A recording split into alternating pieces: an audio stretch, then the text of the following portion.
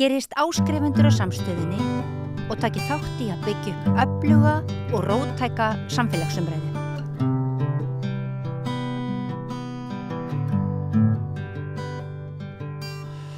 Já, ég með ansi merkilega bók í höndunum held ég. Ég reyndar ekki búin að lesa hana alla en hún heitir Áfall, hvað svo?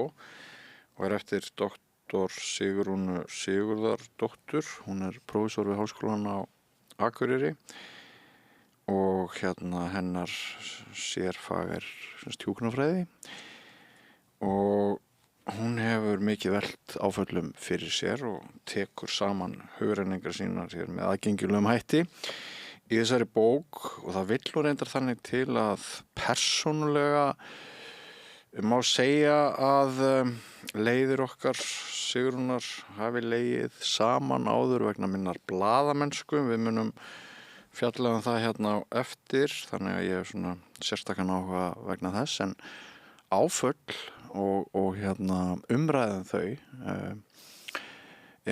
það mikil deigla, það mikil opnun virðist vera í gangi og við á Samstöðinni höfum svolítið verið að fjalla um áföll, bæði með geðlækni, leikum og læriðum getum við sagt og mann svona dettur í hug að þessi bók komi eiginlega bara á besta tíma inn í einhverja vakningu, en vertu velkomin til okkar Sigrún. Takk fyrir að bjóða mér. Gaman að fá þig. Þú ert núna þegar við sitjum hér á 50 meðan dag og hefum þessu upptöku, þú ert nýkomin af ráðstefnu þar sem varst að ræða bókina, ekki satt? Jú, ég var á málþingi Þroskaþjálfafélags Íslands. Já. Það sem 200 manns voru í salnum og ég var að tala um áföll og áfölla með nálgun og í leiðinni nýtti ég tækifærið og kynnti bókina mína og seldi nokkur eintök. Þú seldir, sagðir mér bara 50 eintök? Já. Seldi 50 eintök og ég var svo sniðug þegar ég byrjaði að tala. Ég ætlaði að sagði frá að ég var ekki út bók og lét 2 bækur ganga salin til þess að svona selja og já, ég seldi 50 bækur í dag. Hvað lestu út úr því? Rétt sem ég var að reyna að tafsa út mér áðan að það sé einhver mega opnun í gangi? Það mjög mikil opnun í gangi og það sem kannski þessi bók hefur fram yfir margt annað sem að fólk líkir svo vel við að hún á mannamáli. Hún aðgengileg, þetta stuttir kablar, kablarnir eru svona 2, 3, 4 blaðsjur og það svona rými á hverju blaðsíðu þannig að þau eru opnana þá fyrir þá sem eru kannski með lesblindu ADHD þá er þetta ekki svona yfirþyrmandi texti og það það sem og ég að deila minni persónulegu reynslu líka og það það sem fólk vill sögur og það tengir við sögurnar frekar en að lesa mikinn fræðiteksta þannig að það sem ég held að þessi bók sé svona að ganga vel vegna. Trúir þú því sama og ég að ef maður ætlar að fjalla þjóðfélagsmál þá getur verið gott að nota þið persónulega upp að einhverju marki? Ég trúi því og ég finn bara að þú veist einhvern veginn þegar ég að tala um áföll og mjög fræðileg að tala bara um einhverjar rannsóknir að þá svona svolítið, fólk kannski svolítið, hlustar, en svona leiða maður kemur með svona persónulega sögu, það breytist bara orkan í salnum, fólk bara, það tengir, það hlustar, það næri einhvern veginn, já, nú fatta ég, nú skil ég. Og til þess að fólki sem að vonandi hlustar á okkur eða horfir á okkur næstu mínútur nái betri tengingu við okkar spjall, ertu til í að hefja leik á því að segja okkur frá persónulegu áfalli sem þú upplifðir á ákveðnum tíma sem að kann að hafa stór aukið áhugaðinn og svona leitt til þess að þú hefur sett eins mikinn tíma og orku í þetta málefni eins og raun ber vitni? Já, sko ég fer að fara að hafa áhuga á áföllum bara þú veist mjög snemma þegar ég starfa sem lögreglumaður út á landi en rauninni það sem var svona mest breyting hjá mér var þegar að ég var ófríska mínu fyrsta barni, ég var komin 10 vikur á leið og þegar pabbi minn var bráðkvaddur 52 ára gamall og ég tilhenga honum þessa bók af því að það áfall og svo sorg kannski kendi mér og fjölskyldum minni mjög mikið það að hann skildi hverfa á braut svo skyndilega og svona ungur. Fullhraustur þegar það gerist að fólk taldi. Heldum við sko, það var bara hjartaáfall á einni nóttu og lést samstundis á heimilinu. Kært á milli ykkur tvekja? Mjög kært, ég var mjög tengd honum, mjög svo og mjög svona, já, mjög náinn og hann svona, já, við tengdumst mjög sterkt andlega.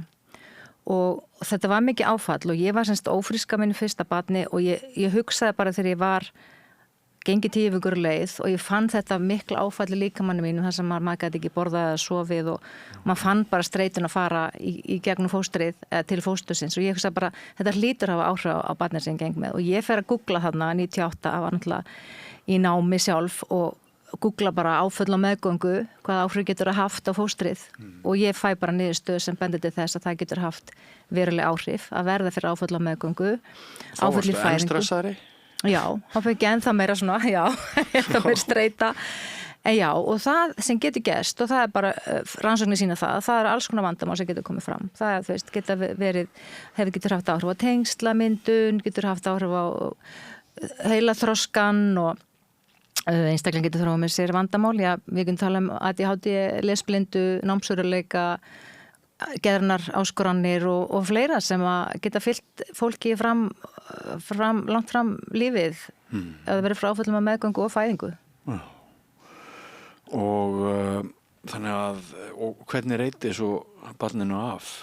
Jú, hún hefur síðan gleymt við og ég var mjög meðvituð það að það hugsanlega gæti þetta haft áhrif og ég hef alltaf talað mjög mikið pappa minn og börnin mín eru mjög meðvituð þessa sorg og þessi áföll og þessi dóttir mér líka varð mjög upptekin af dauðanum líka og svona og ég man alltaf eftir atviki þegar hún er svona 2 ára eða cirka 2 ára eins og 2 ára þá sest hún út í horn og fer að gráta og ég fer eitthvað að spyrja hvað er að og þá er hún grátandi og ég sakna svo Sigga og hún hafði náttúrulega, skilur og ég var vá af því að ég hef aldrei einhvern veginn áttam á þessu en hún glímir síðan við, það kemur ljós og hún glímir við ADHD og lesblindu og þannig leiðandi námsörðuleika, hún fungeraði mjög illa í skólakerfinu og datt nú út úr því og en fann sína leið í listinni sem satt kvikmyndabransanum þar sem hún blómstrar í dag.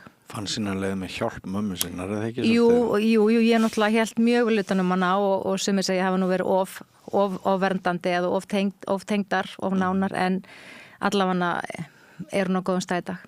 Já, það er frábært og einmitt ekki sjálfgefið. Já, alls ekki sjálfgefið. Kostaði mikla vinnu? Mikla vinnu, mjög mikla vinnu. Mikinn tíma.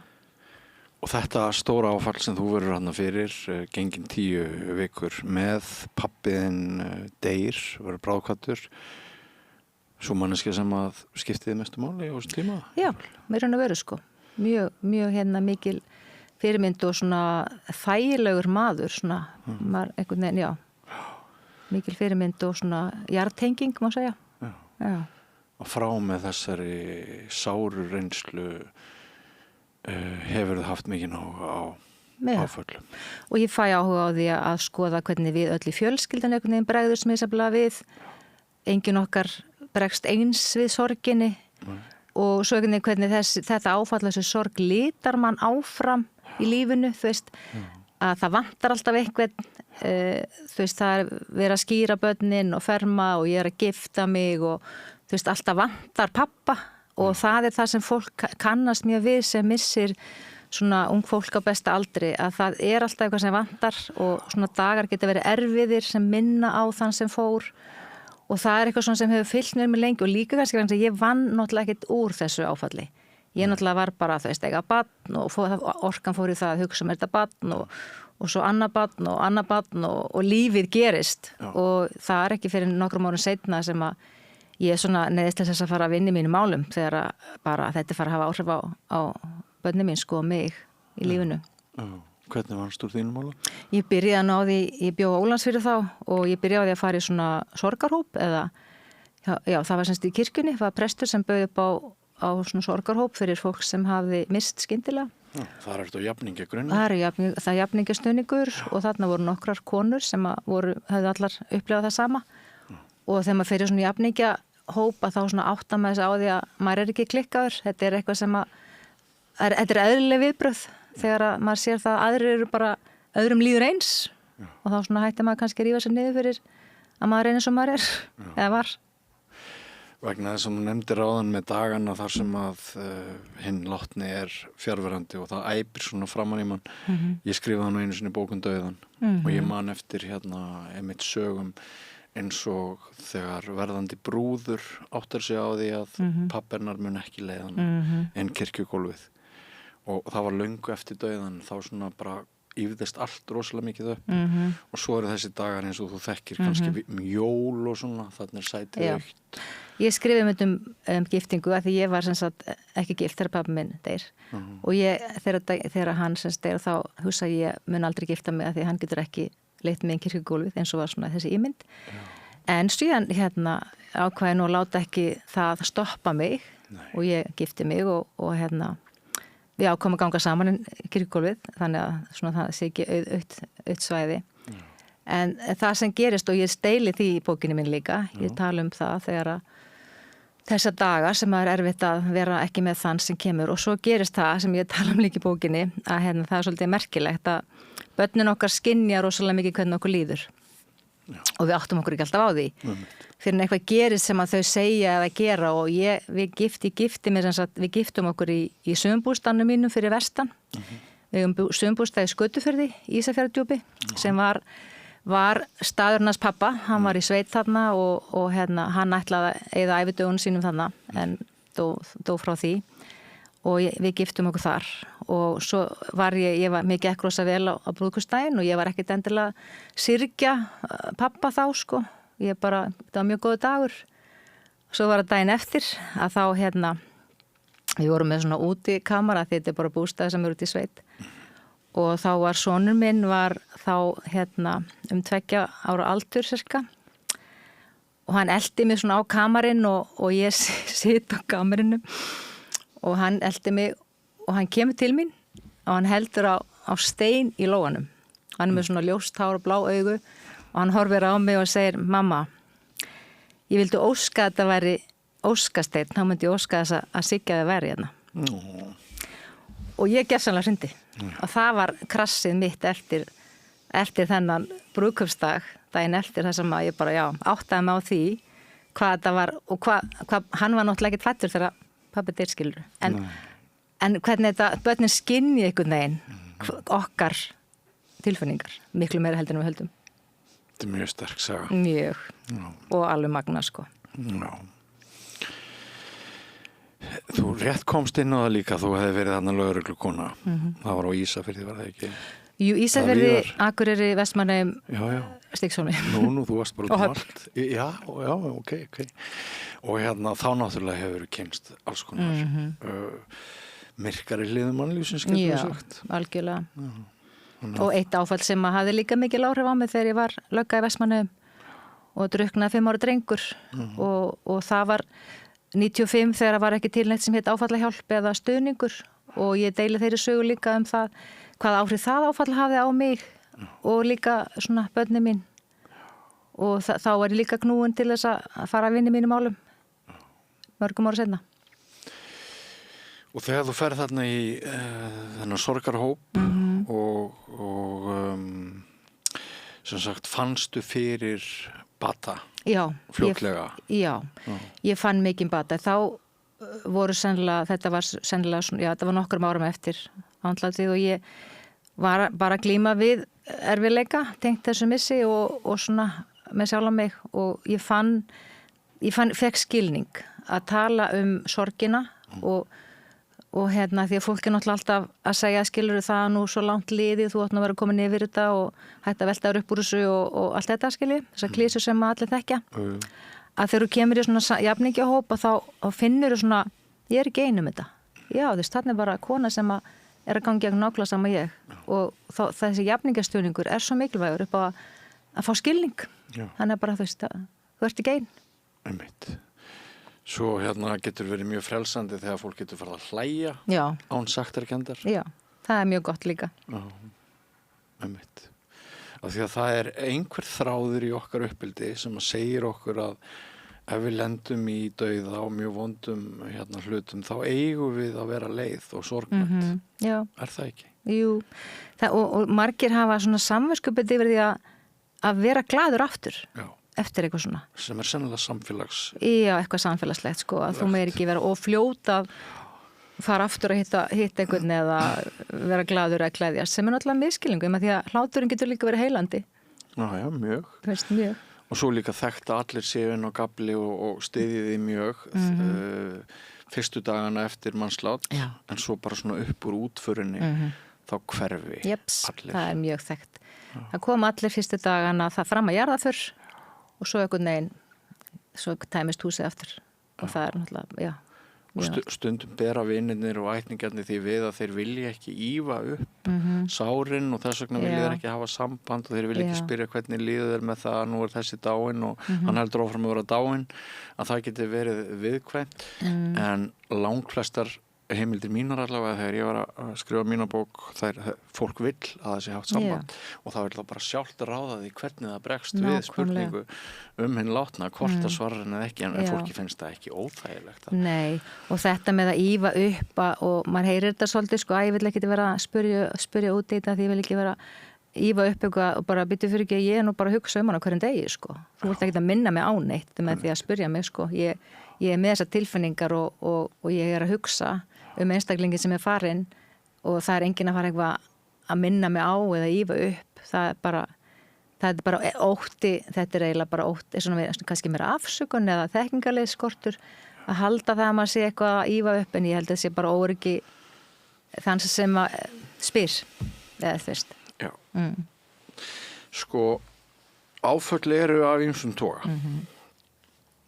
og stundum dæmum áfall er bara maður er bara 4 ára og það kemur bara einhver hræðilegur einstaklingur og nauðgamanni og ég veit ekki hvort það kallar þá allt önnur viðbrögð en til dæmis þegar börn eru rifin af heimili foreldra stundum kannski bara tímabundið í veikri stöðu en ertu til í að svona labba þá yfir það, þetta er mjög fjölbreytt úrvalssagna í þessari bók. Já. Er þetta nokkur þemu? Þetta er svona 3 hlutar. Fyrsti hlutin er bara almennt áföll og svona skilgreiningar og svona og svo kemur svona annar hluti, það eru meira svona dæmisögur aðstæður. Já. Og svo 3. hlutin er úrvinnsla á bati. Svona mín leið til bata eða mín leið til úrvinnslu og svona leiðsögn hvað fólk getur gert. Það er sannlega sá hluti sem að fólk vil núna bara fá í nokkrum orðum og bara fixi sitt. Já, sem er bara að byrja á 3. hluta. Ég veit. Já. En áður við förum í það. Ég nefndi það áðan að leiðir okkar hefur leiðið saman. Þú veist hvað mál er þetta. Já. Ég var einu sinni ritstjóri blaðs sem að var svona aggressíft, harskeitt héraðsfréttablað og reyndi að leita upp í mjög viðkvæmál til að fjalla alls konar spilling og allt það og ég skrifaði semst barnaverndarmál þar sem kona hafi verið svipt börnunum sínum og það er kafli það í þessari bók. Þetta er til dæmis finnst mér mjög áhugavert að ræða í þætti eins og þessum af því að við erum svolítið á báðum áttum ýmislegt bæði aftur í tíman vegna bakkakots en það er svona, það er margt sem að getur rakið þessa sögu í nokkrum orðum. Já, og það sem kannski er með þessa sögu að svona fólk heldur nú ekki að maður sé að bladra ykkur sem að maður á að vera að halda trúnaðum en það ég er með leyfi þessara móður fyrir að byrta þessa sögu, hún las kaflan áður en að fór í bókina og var með þakklátt fyrir að ég skildi halda hennar sögu á lofti. Ég þekkti þessa konu bara frá því mörgum árum áður en þetta mál kemur upp, þannig við vorum persónulega málkuðunugar og hún leitar til mín þegar að hún fær fréttur af því að barnavernd sé að fara að taka af henni börnin sem eru 9 og 12 ára, engin smá börn. Nei. Og mikið áfall, gífurlegt áfall fyrir hana þar sem að hún hafði flutt á milli sveitafélaga til þess að fá hjálp í geðþjónustunni. Þar sem að geðþjónustan var ekkert í staðar í hennar bæjarfélagi og hún þurfti á þjónustu að halda og hún hélt að flytja til þess að fá hjálp og í raun og veru að því hún var með gerðanar áskoranir út af erfiðum áföllum í æsku og endar síðan því að börnin eru í raun og veru tekin af henni og þannig dæmið það sem að það var ekki ofbeldi í gangi, það var ekki neysla, raun og veru var vandamálið gerðanar áskoranir og vanlíðan þessara konu. Ég komst yfir einhverju gögn og eitthvað á þessum tíma og það var það sko allavega með annað er að hvað það mætti illa í skóla. Já. Það var eins og það skipti meira máli heldur. Það skipti meira máli. Drengurinn var með einhverfu, greindur einhverfur og við vitum það náttúrulega að einhver börn þurfa sérstaka aðstoð og stuðning sem að hann hafði á þeim tím ekki fengið og leið ekki vel í skóla. Og það er bara eins og með skólaforðun öll þessi börn sem eru með skólaforðun ef að það er orðin ástæðan fyrir því að taka börn af heimilum þá erum við með ansi stórt vandamál. Hátt í 2000 börn, Já, og það var svona eitt af þessu og einhvern tímann þetta var bara mjög skrítimál og og ég fer inn í þetta og ég verð semst vitna því þegar að 2 menn mæta á heimili hennar, ég er stödd á heimilinu þegar að þeir mæta og taka börnin. Hvaðan koma mennirnir? Barnavendinni á þessum stað. Og og bara dingla og hún náttúrulega vill helst ekki hleypaði minn en svo náttúrulega enda náttúrulega með því að hún verður að gera það. Þannig að þeir taka börnin og ég upplýði það með valdi vegna þess að börnin vildu ekki fara og það farið með börnin á heimili að öðru sveitarfélagi. Það var ekki boðið upp á það að fjölskyldu tengt fólk tæki börnin, til dæmis var ekki rætt við föðurinn eða ömmur barnanna. Það var ekki reynt að fara þá leið að koma þeim til ættingja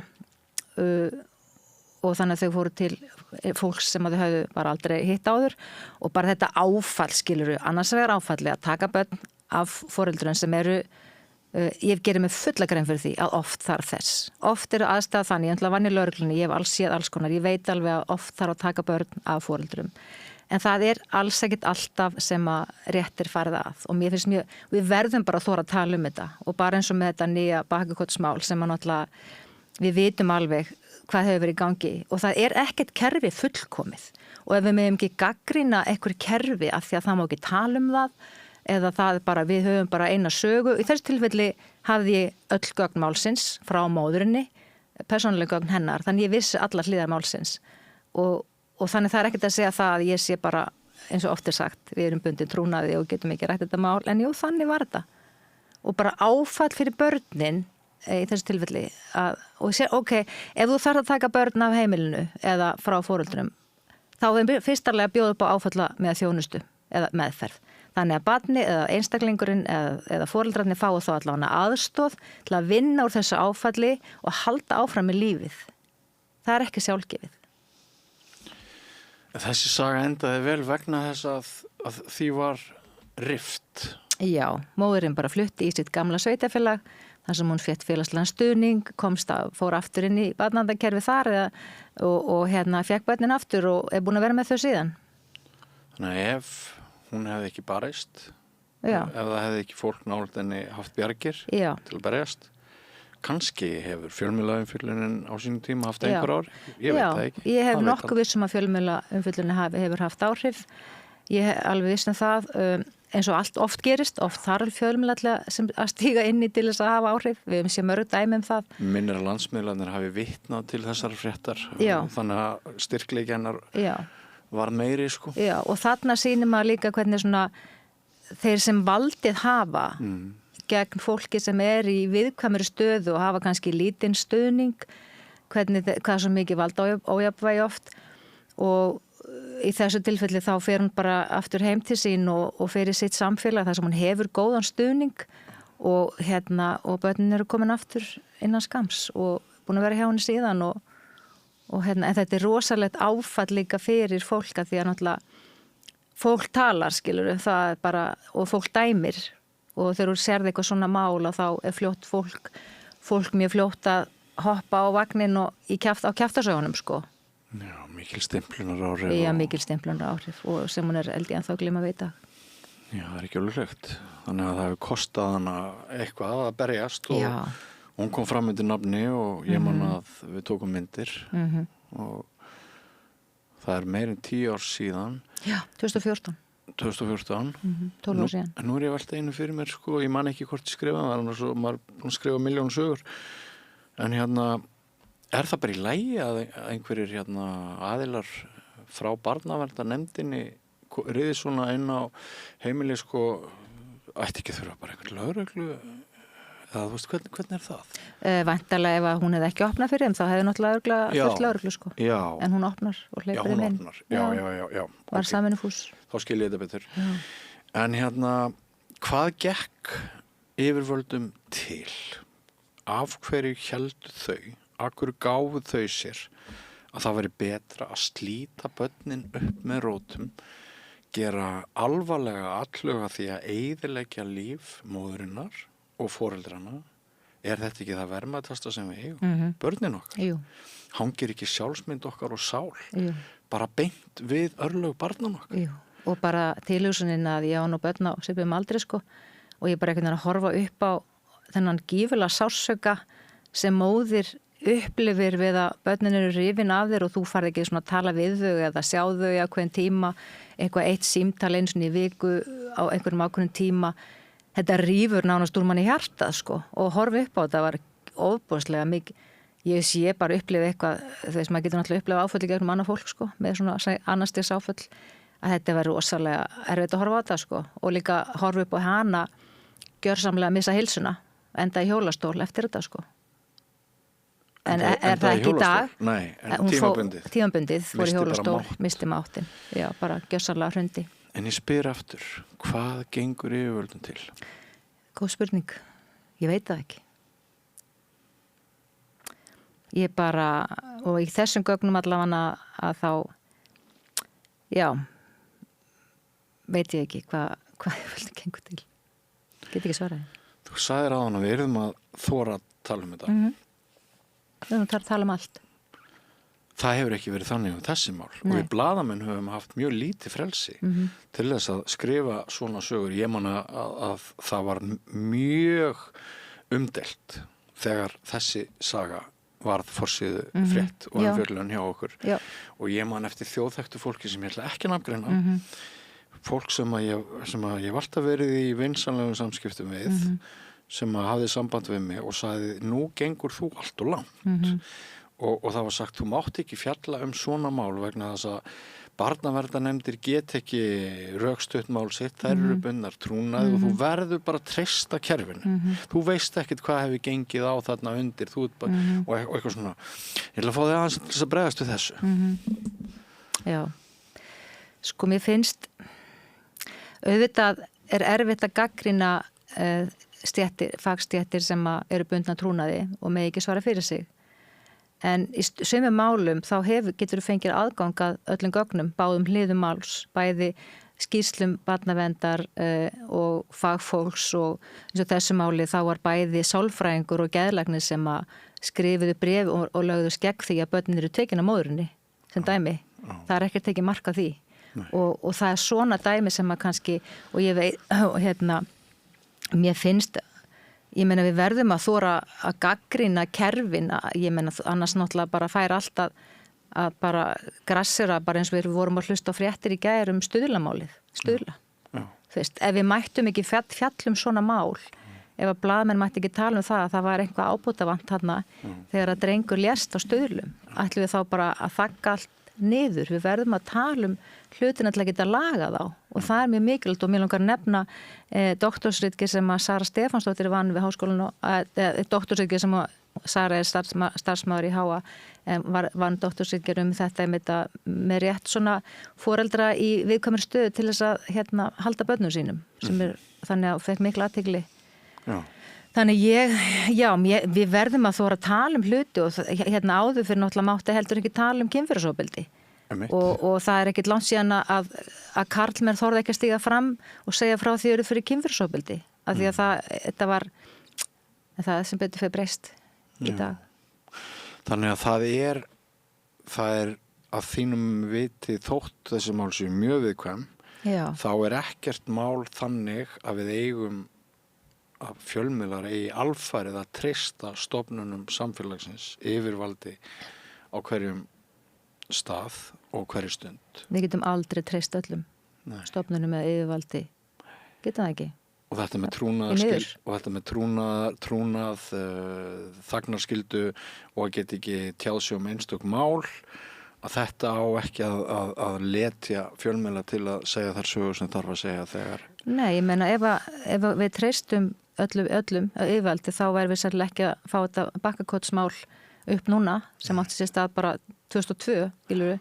Auðvitað treystu þessu fólki en því miður að þá alltaf, auðvitað viljum við treysta yfirvaldi og stofnunum en við erum alltaf sagan sýnir sig bara, þú veist, að það alltaf eitthvað sem það alltaf undantekningar frá því, auðvitað myndi ég vilja treysta þessu fólki, mestan hluta þetta gott fólk sem við getum treyst en dæmi sýna bara með þessu bakkakotsmáli til dæmis að því miður þá til fólk sem ekki hægt að treysta því miður, það bara lífið.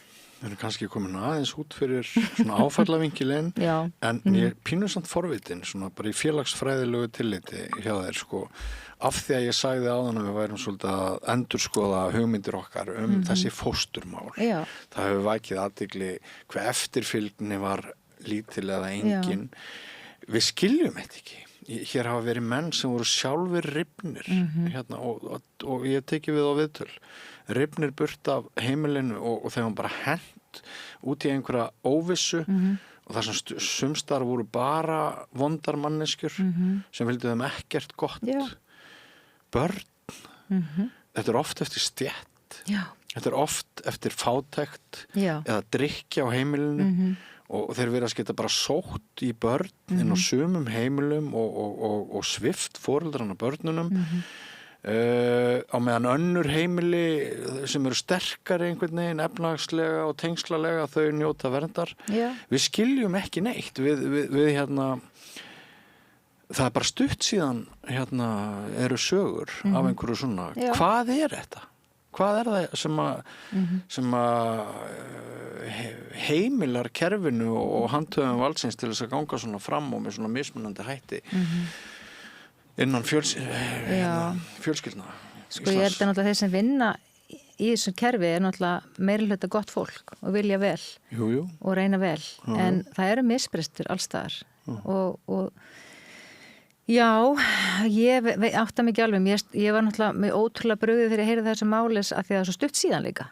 Það annað kannski þegar við erum að tala mál sem voru hérna fyrir löngu síðan og við vorum á öðrum stað en þegar við heyrum mál sem eru svona ný og við vissum betur og við vorum búin að heyra áfalla með nálgun og við vissum hvað áföll höfðu áhrif á heilsufarið og þetta. Ég meina en samt erum við ekki að hjálpa þessum börnum eins og þessi drengir sem voru sendir á þetta heimili á þessum tíma 2002 við höfum alla þekkingu til sem að bent okkur á það að við þurftum að hjálpa þessum drengjum, við þurftum að fá aðstof út af sínum áföllum en samt erum við sendur út í sveit ég veit það ekki hvað þú veist hvað í gangi sko Fátækt fólk á ekki að fá að eignast börn það sumir haldaði fram að þetta sé einhver svona bara hérna mjög svona yfirburða valdshyggja í þessu öllu sko. Já.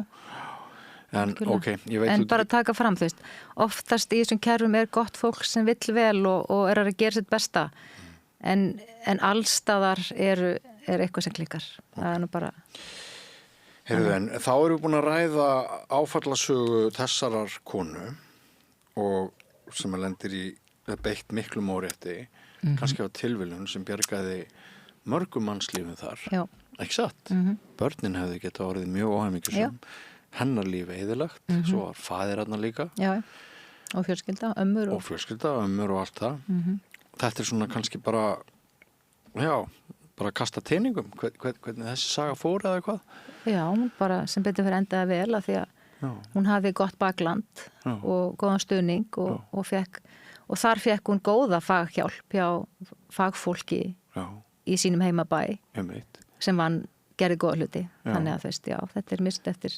Þannig að þessi kafli er dæmi þessa sögu og en svo þetta alls konar sögur. Já, alls konar sögur. Hvaða svona sögur fannst þér erfiðar að skrifa en aðrar? Er þessi saga eina af þeim erfiðari? Þessi umræða er mjög erfið og líka því að sko þegar maður skrifa svona bók þar sem maður er að ekki bara skrifa eitthvað gott og fallegt, heldur líka svona svolítið að setja út á ýmislegt. Að þá auðvitað er erfitt að birta það, að svona þegar maður svona hugsa tilbaka, þú veist, þegar ég var mjög stressuð þegar hann bókin kem út, af því að ég vissi bara hvað er ég að fara að fá yfir mig, af því að ég er með alveg sögur í þessu sem að kom alveg við fólk og ég vissi bara og bara eins og með þetta barnaðandakerfi, ég meina, kannski fæ ég einhverja guðsriðu mig núna, því að ég er búin að segja eitthvað skilur, maður er alltaf, en ég ákvað bara á tímabundi að standa með sjálfra mér og standa við það sem ég segi og ein góð kona benti mér á að þú veist, ég ber ábyrgð á því sem ég skrifa og þú ber ábyrgð á því hvað þú skilur og hvað þú túlkar. Þannig að ég ákvað að fara þá leið og ég hugsaði meira ég er mjög ríka réttlætiskend og þó svo einhverjir verði fúlir úti yfir einhver sem ég segja, þá er það bara þeirra vandamál. Ekki mitt. Þú török. Já. Við þurfum meira að höra ekki. Já. Fékkstu lánaða dómgreind hjá yfirlesurum? Já. Ég búin að hafa nokkra góða, ég er með 3 ritstjóra í þessari bók og svo sem að kannski kom mér endanlega í gegnum þetta ferli var skólasystir mína vestan sem heitir Sigrún Þorleifsdóttir. Við erum skólasystir frá Ísafirði og hún má kannski segja sér ljósmóðurinn í þessu ferli, að hún svona kom þessu barni út með því svolítið að draga vagnin í lokin og í svo miðjuferlinni var ég með yfirlesara og ritstjóra hann Héðinn Unstinsson sem að skrifaði Vert Úlfur og mér fannst líka gott að fá karlmanns sína á þetta líka og svona með þekkingu á geðheilbrigðisþjónustunni og fleiri hliðum og fekk ritstjórn frá honum á miðkaflanum miðtímabilinu eða sem sagt, já.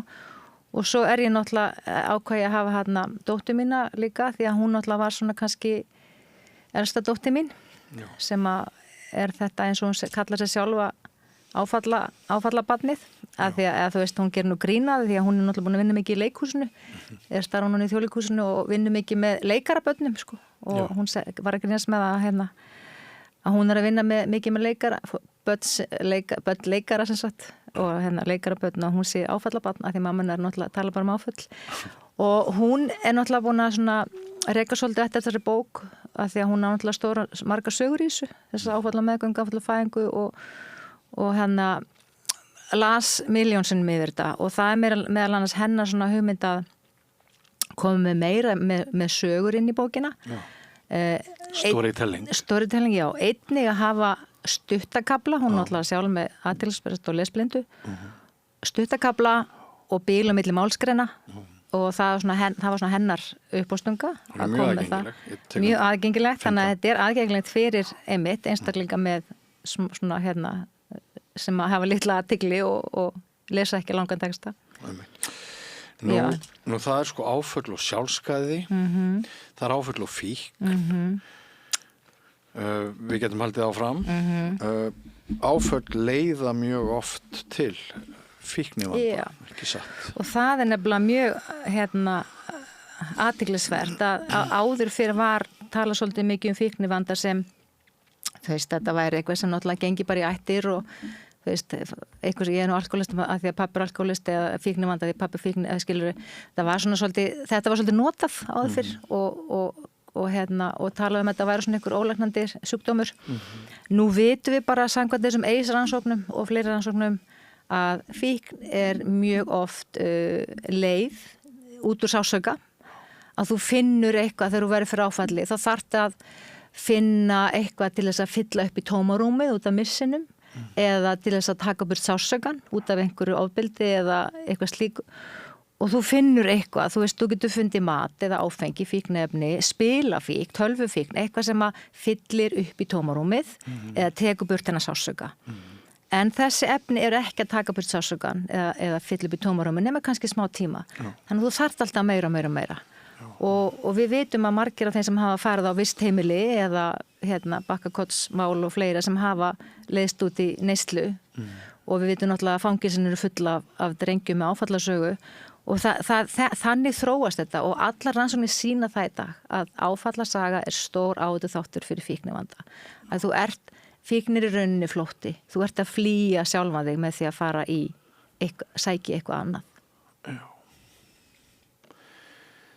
Hér var maður daginn sem sagði mér að flestir drengjana á Stuðlum hefðu orðið fyrir áföllum og meir og minna allir þeirra enduð á Litla-Hrauni.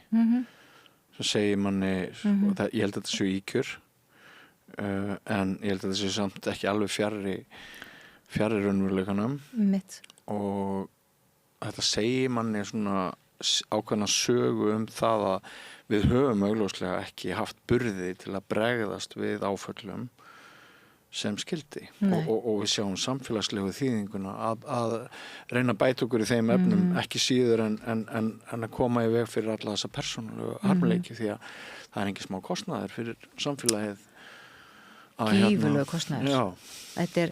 Og með því að bregðast ekki við, með því að grípa til dæmis ekki þessa kannski meirihluti stráka sem að passa illa inn í skólakerfið út af einhvers konar áfallasögu myndi ég segja eða afleiðingum að því að með því að grípa ekki þessar krakka strax að þetta endar á einn veg oftast þeir lenda í einhvers konar neyslu og fara svo út í afbrot og rannsóknir sýna þetta og ég held eins og eins og segjum með þessa drengi sem að mjög oft er þetta áföll og ég var nú út í Alaska í 6 vikur í haust á Fulbright-styrk og þar kynntist ég meðal annars, ég fór að skoða svona úrræði, heimili fyrir unglinga sem voru í neyslu og með geran vandamál og þar voru þau vistuð í 3 til 6 mánuði og þar er markvisst unnið með áfallasöguna og þar er mjög mikið verið að vinna með kynslóðaáföll. Kynslóðaáföll? Já, áföll sem erfast. Og það náttúrulega í Alaska, eins og við erum að sjá í Grænlandi, Alaska, Kanada, þar sem að einmitt börn voru tekin á foreldrum sínum og send í önnur lönd eða önnur fylki, frumbyggjar mest, þar sem að það var kliftað hárið og tekið að þeim allt þetta spirituality, tungumálið og þeim var bara kift út úr svona, við erum með svona heimili á Íslandi sem við erum með svona svipuð og mín kynslóð núna út í Alaska er svolítið að glíma við þessi áföll sem hafa erfst, kynslóð áföll frá foreldrum sem að Má ég skjóta inn í leikur engin vafi á því meðal fræðimanna að áföll erfist? Nei, nú er bara rannsóknir sýna þetta. Inn í DNA bara? Já, bara inn í erfðaefnið og við bara, það erfist bara. Og nú er það bara rannsóknir sýna það og þú getur alveg fundið rannsóknir og þeir eru mjög mikið og svo áhugavert að koma til Alaska að því þar eru bara allir að tala um þetta og bara þetta er bara áföll erfast og nú er bara og ég hitti konu á mínum aldri sem að pappi hennar hafi verið tekin, var einn af þessum börnum sem var tekin frá foreldrum sínum og sendi í annað fylki og bróður hans hafi dáið úr alkohólisma og systirinn hafi eitthvað dáið líka og mikið ofbeldi sem var náttúrulega í þessum heimastaskólum sem börn voru send og grænlendingar náttúrulega búin að líka glíma af þetta, þessi kynslóð áföll. Já, þannig að það er bara í dag er til rannsóknir þetta og það er svo áhugavert þegar maður kemur svona í nýtt samfélag eins og það í Alaska að það er bara, þannig bara að tala um þetta og þessu heimili fyrir þetta unglinga sem eru að glíma við áfengisvanda og fíknivanda og geran vandamál að þá og ég spurði bara hvað er það sem er að virka og það var áfallavinnan, kynslóð áföll og jafningastöningur.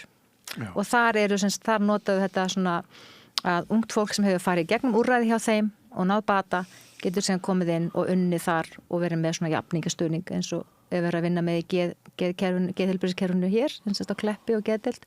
Geðhjálp hefur verið að berjast fyrir því eða svona beita sig fyrir því að koma inn þessum jafningastöningi.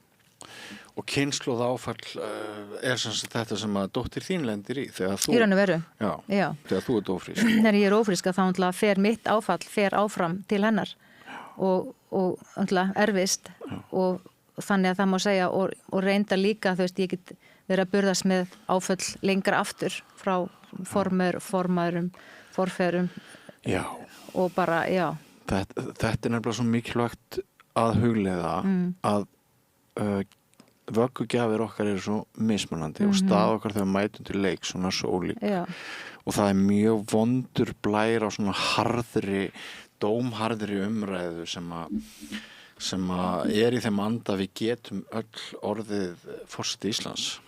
Einmitt. Það er ekki þannig. Nei. Þetta er bara mjög áhugaverð umræða. Mjög svo. Og við fæðumst sko, við erum misjafnlega bara, en svo áhugavert hvernig rætist úr mörgum sem að kannski alast ekki upp er góðar aðstæður. Og mist til mér eins og með Ólafur Ragnar Grímsson, ekki hún nefni forseta. Það er ekki eins og hann hafi nú alast uppi kjöra aðstæður, eða skiluru, og það er mjög áhugaverð þessi bók sem hann skrifaði bréf mömmu sinnar, að hann náttúrulega elst upp fyrir vestan og mammans greinist þetta með berkla og hún er veik meira að minna alla hans æsku en hann nær þarna einhvern veginn, við höfum ákveðna seglu og þrautsegju og sem einhvern veginn kemur okkur áfram og þannig að áföllin er ekki alltaf til þess að skemma okkur. Stundum er eitthvað í okkur sem styrkir okkur og það er þetta sem við köllum seglu, þrautsegju. Þannig að klísjan með að það sem ekki drepur þig getur hert þig, hún er ekki alveg handónýtt. Nei, þið getur nefnilega, sumir hafa bara náð langt í lífinu og lifa góð lífið þó svo það hafa lent í alls konar erfiðleikum. Það er nú bara þannig. Mér dettur í hug að það sé ennþá þannig ef strákar eða kallar lenda í áföllum að þeir skamma sín pínleiti fyrir og það sem meiri tilhneigingi á þeim til þess að standa á sér veðrið og alla einhvern veginn að leysa þetta sjálfur. Er það ekki þannig bara? Ennþá? Jú, það er ennþá þannig og sérstaklega kannski, og það er svo áhugavert nefnilega að því ég er nú bara að selja þessa bók mína. Ég held að 95% af þeim sem hafa keypt bókin eru konur. Já, sem þyrftus enn síður á því aldrei. Já, og það er svo áhugavert sko. Þetta er alveg slett af mönnum sem hafa keypt líka. En nú ætla ég er líka komin í Pennan Eymundsson, þannig að þá ég veit ekki hverju kaupana þar. En það er svo áhugavert líka þegar ég er með námskeið áföll og fyrirlestra, opna fyrirlestra, að það er 95% konur. Er það? Já, það er bara þannig.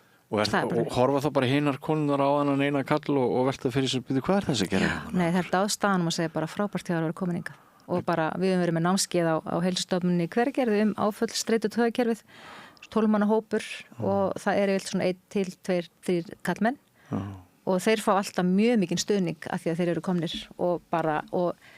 en það er eitthvað í sko, þetta er bara eitthvað gamalt að því við náttúrulega, ég er alveg upp af sjómönnum og bændum pabbi minn var sjómaður, pabbi hann sjómaður afi minni bændur og ég kem á svona vinnandi fólki eða svona harð hvað segir maður fólki sem er vant að vinna með höndunum ég vinna með höndunum og svona þreyja þau að þóla, takast af náttúruöflin sjómenn sem þurfa að lenda í alls konar missa vinnufélaga sín í hafið og þetta allt saman og það var bara, ég er alveg upp það bara þau og þrauku þóla það var bara ekki talað þetta ég er alveg upp á Ísafirði þar sem að voru sjóslys voru tíð og margir, mörg börn í skólanum mistu feður sína og ég skrifa það líka að alast upp í það að horfa upp á þetta og eiga pappa sem var sjómaður og erfiðleikarnir að horfa upp á það og einhvern veginn aldrei talaði þetta.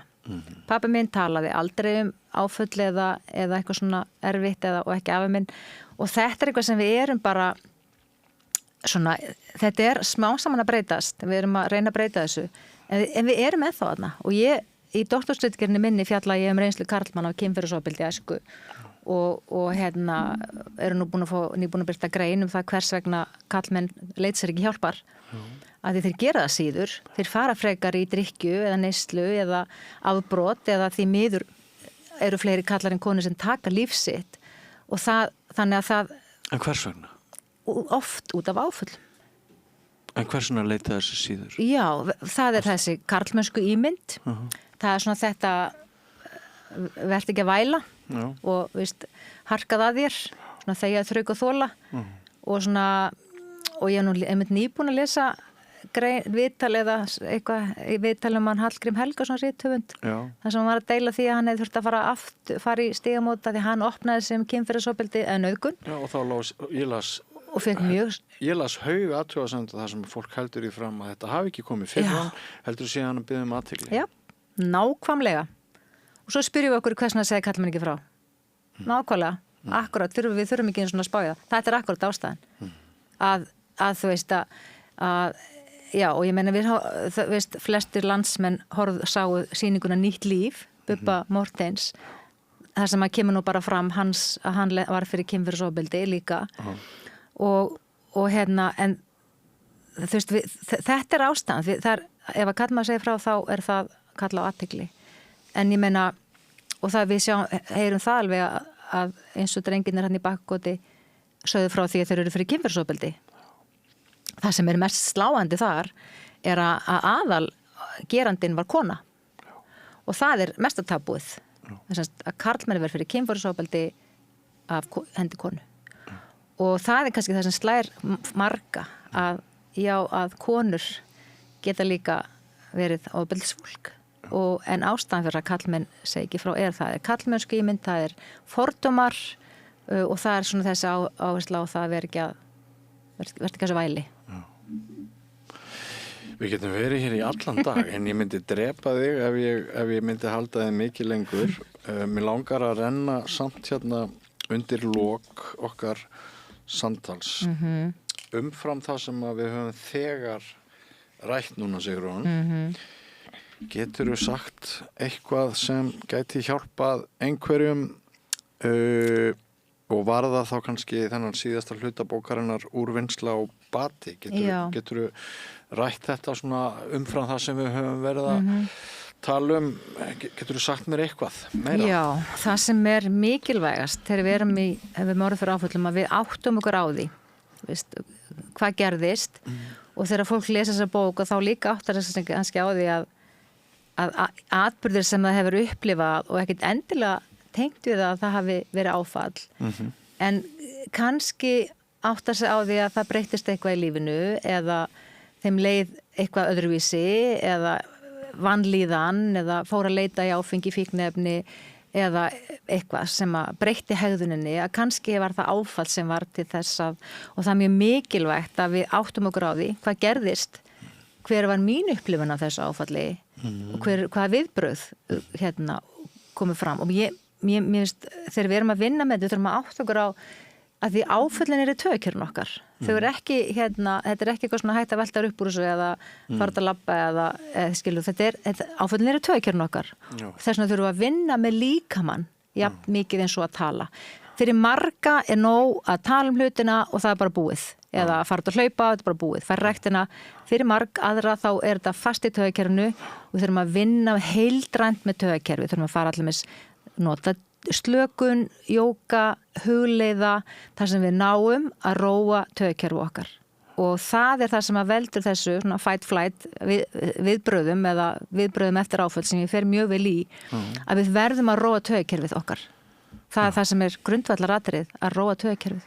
Áður en batinn getur hafist í Já, í rauninni í batanum þá felst batinn felst í því að vinna með líkama, hug og sál og anda og það er þetta, ég fer í það mikilvæg öndunar, veist, að gráta, að tala, að slaka á, að hreyfa sig og bara þessi heildræna nálgun og svo bara enda ég því ef að fólk þarf að fara í sérstaka áfalla meðferð, ef að okkar bjargráð eru ekki næg til þess að líða betur og þá get ég farið í áfalla meðferð eins og EMDR eða eitthvað slíkt og ég tel það upp líka, þú veist, hvað þú getur gert til þess að í stundu þurfum við bara að fá aðstoð sérfræðinga til að vinna með áföllin okkar.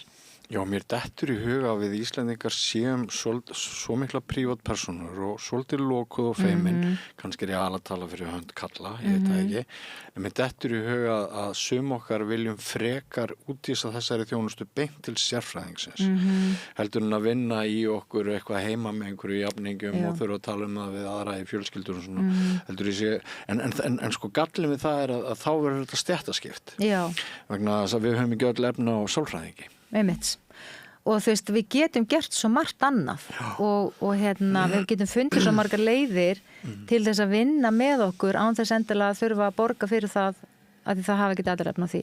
Þannig að þú veist, það margar leiðir, ég meina, nú þegar ég var alveg stuð, það var ekkert, þú veist, ég álst upp í Ísafirði, það var engin, þú veist, það var prestur, en það var engin aðstoð. Í dag, við erum sko með kvennaathvarfið, Bjarkarhlíð, Bjarmalíð, Stigamót, Aflið, Sorgamiðstöðuna, Píeta, Bergið, kostar ekki neitt. Nei. Þannig við getum í raun og veru, ef þú verður fyrir ofbeldi, þá getur þú fengið ókeypis þjónustu. Ef þú hefur orðið fyrir missi, þá getur þú fengið ókeypis þjónustu Sorgamiðstöðuna. Það eru fullt af úrræðum sem kosta ekki augun úr. Og ég bara bendi fólk að fara inn á 112.is. Það er bara listi yfir öll úrræði sem við getum fundið, sem að allir er að geta haft aðgang að og það er allir að geta fundið einhvern stað til að fara á með því að skoða 112.is og við erum með þarna Rauða kross síma 1717, Píeta síminn er opinn allan sólarhringinn, þannig að það er svo margt í boði í dag sem við getum leitað í og náttúrulega þú veist, prestarnir og kirkjan fyrir þá sem það vilja, þannig að það er alltaf leið, það er alltaf von. Já, og ólíkt mörgum öðrum vandamálum sem við reynum að krifja til dæmis við þetta rauðaborð hér, þá eru úrræðin, eins og þú sagði sjálf, þau kosti ekki endilega augun úr. Nei, þau kosti ekki endilega augun úr. Og við þurfum bara að finna okkar leið og það er líka annað að þú veist, það er fyrir mig að segja við eitthvað, þú þarft á þessari aðstoð að halda. Já. Þú veist, ég þarf að finna hvað hentar mér og líka ég þarf að finna fagaðala sem hentar mér. Af því að sko 80% af batanum felst í meðferðarsambandinu, segir rannsóknir.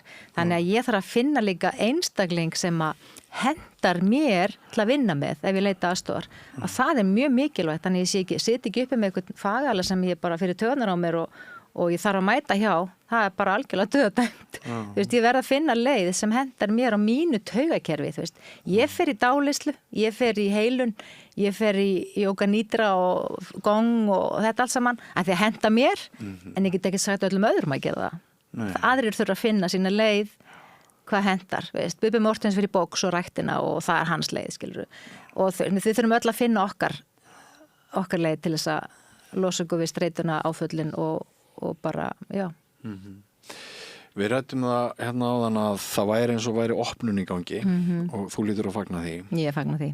Hvernig náum við áfram að styrkja þessu opnun? Já, mér finnst bara mjög mikilvægt og ég finn það er óbáslega breyting síðustu bara 20 ár. Því þegar ég kláraði mína meistararansókn 2007 kynferðisbrot gegn stúlkum eða konum og þegar fólk spurði mig hvað ég var að rannsaka og ég sagði það og þú veist, já, ég er sko kynferðisofbeldi gegn konum. Það bara, já, ok, þú veist, það bara einhvern veginn. Treysti sér ekki einu umræðu? Nei, ekki umræðuna. Nú er bara komið Me Too og nú er fer ég á 200 manna ráðstefnu og sel bara fullt, það er bara óbóðslegur áhugi fyrir þessu og það sem ég kannski myndi helst vilja fá meiri breytingu núna er að fá drengi og kallmenn inn í umræðina að því að sko þegar ég fer á ráðstefnuna erlendis þá eru aðal gúrúarnir eru kallmenn, þú veist, Peter Levine, Bessel van der Kolk, Gabor Maté, Deepak Chopra sem er hugleiðslu gúrúin, þetta eru allt kallmenn hann sem er á ráðstefnum. Hér svo kom ég hérna til Íslands og það er bara konur. Ég vil, ekki bara konur, það eru konur, ég bara, þú veist, ég vil fá stráka borðinu til að fjalla áföll og ég gaf einmitt honum einum úr Bakka þegar ég hlustaði á viðtal við þau Bakkakots drengi að ég gaf honum einum bókina mína því að mér fannst bara svo frábært hjá þeim að stíga fram og færði honum bók fyrir það að opna þessu umræðu og það er breytast mjög mikið með þeirra umræðu að þessi strákar stigu fram og við þurfum bara meira þessu, við þurfum að því að við erum að missa drengin okkar í neyslu, í sjálfsvíg, í fangelsi og við verðum að tala um þetta við strákan okkar að því að þeir finna sér alltaf oft óheilbrigða leiðir til að deyfa sásökan og taka burt sásökan og deyfa sig með efnum. Þannig við verðum og við verðum bara að fá áfalla með að nálgun inn í skólakerfið að því að þá geta strákarnir farða tala og tjá sig og leita sér aðstoðar. Já, þannig að ég get þá ályktað út frá því sem þú segir að þér finnist það ekki vond hugmynd til dæmis það sem við verðum að reyna að gera hér að 2 kallar á 70 aldri ræði saman geðveiki, fíkn og áföll. Það er frábært. Bara þetta oft inni og hlusta á þetta og mist bara meira af því og fá stráka og kallmenn til þess að koma hérna á Rauðaborun og deila reynslusinni og finna leiðir. Já. Mjög sláandi þessi tölfræði. Ég held að það er 95 sko. Já. Ég hefði svona giskað á 70-30, kannski 80-20. Það er bara, nei, því miður þá er öllum námskeiðum og svona þá er þetta talan og það er bara því miður. Þannig ég bara, já. Alltaf þegar maður heldur að við sem búin að ná einhverju þá erum við samt langt á eftir sko. En svo getur vel verið að strákarnir sé að lesa bókinni hjá vinkonu sínum eða konunum sínum. Vonandi. Í leinum. Í leinum. Já. Áfall, hvað svo? Við höfum ekki kröfið það til enda hér, en það búið að vera mjög áhugavert, skemmtilegt og inntaksríkt að ræða við þig, doktor Sigrún. Já, bara takk fyrir, mjög gott og gaman að koma hérna. Takk fyrir að bjóða mér og gefa mér rými til að tala um þetta.